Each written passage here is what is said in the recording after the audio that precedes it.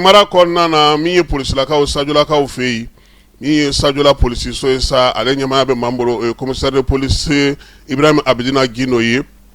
ka da an kan o ye CISSE ye o ye commissaire de police ye kalo in tile 16 siganama 4 u y'u bolo da olu kan ko sabula min ye warimarayɔrɔ kɛsu dɔ ye u y'o da kari k'o filenkolonci k'o da kolonci sanu minnu b'o kɔnɔ k'o bɛɛ lajɛlen cɛ ka taa ni o ye waleya in ale ye tali kɛ yɔrɔ min dakarili la Sadiolakaw fɛ yen maa minnu don sa olu kɔni bɛ sanu k'a suma k'a feere min ye sanu yɛlɛmali baaraw k'olu kɛ ani maa minnu bɛ wari falen kɛ u b'o baara kɛ kalo in tile 5 n'o ye août kalo tile 5 n'a tile 6 ye waleya cɛjugu kɔni taara ka ɲɛsin u ma maa minnu ye nin waleya in kɛ sa u kɔni ye coffre-fort in u y'o dakari sanu kilogaramu 50 o tun bɛ a kɔnɔ o bɛ taa bɛn sɛbɛn wari miliyɔn 34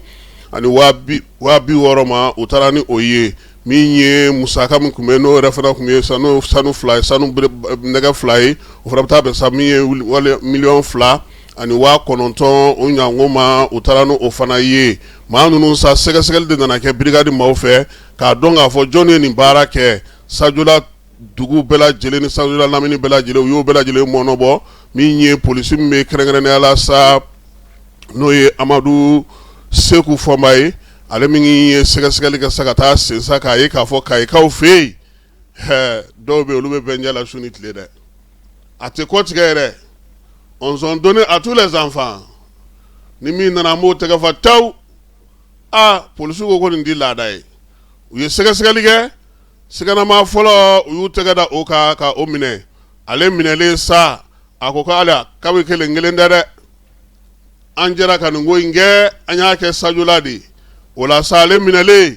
ale fana ka sɔrɔ k'a fɔ sa ko tɔw bɛ yen CISSE san 28 ale bɛ a la min ye GT ye san 20 ale b'a la NMT o fana ye u b'a fɔ ma ko EMI san 34 AB ale bɛ ala san 16 i bɛ taa mun ɲini nin na sɛgɛsɛgɛlikɛlaw ko nin siganama bɛɛ lajɛlen minɛlen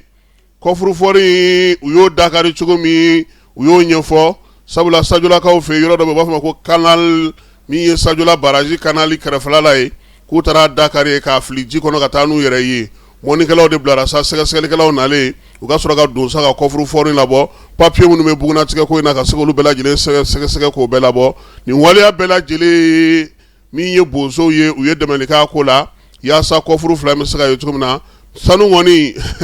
u tilar'o la sabula u tilara yɔrɔ min na u y'a tila u ni ɲɔgɔn cɛ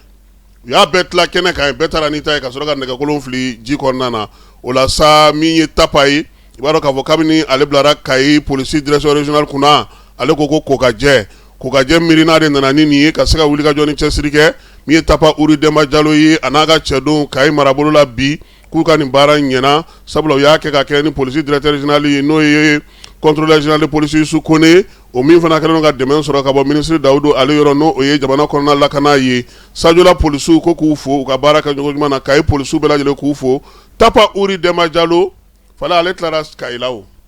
a bɛna ba de tigɛ sa ka falen bɛ tigɛ sa k'i kunna wɔlɔfɔw fɛ yen ka yaasa ka se ka taa olu fana ka maa jugu minɛ sabula o don ko a taara misiw caman den minɛ ka segin ka na n'a ye wɔlɔfɔ olu fɛ yen tapa a n'a ka baarakɛlaw k'an b'u fo Kayi kɔnɔna na Mali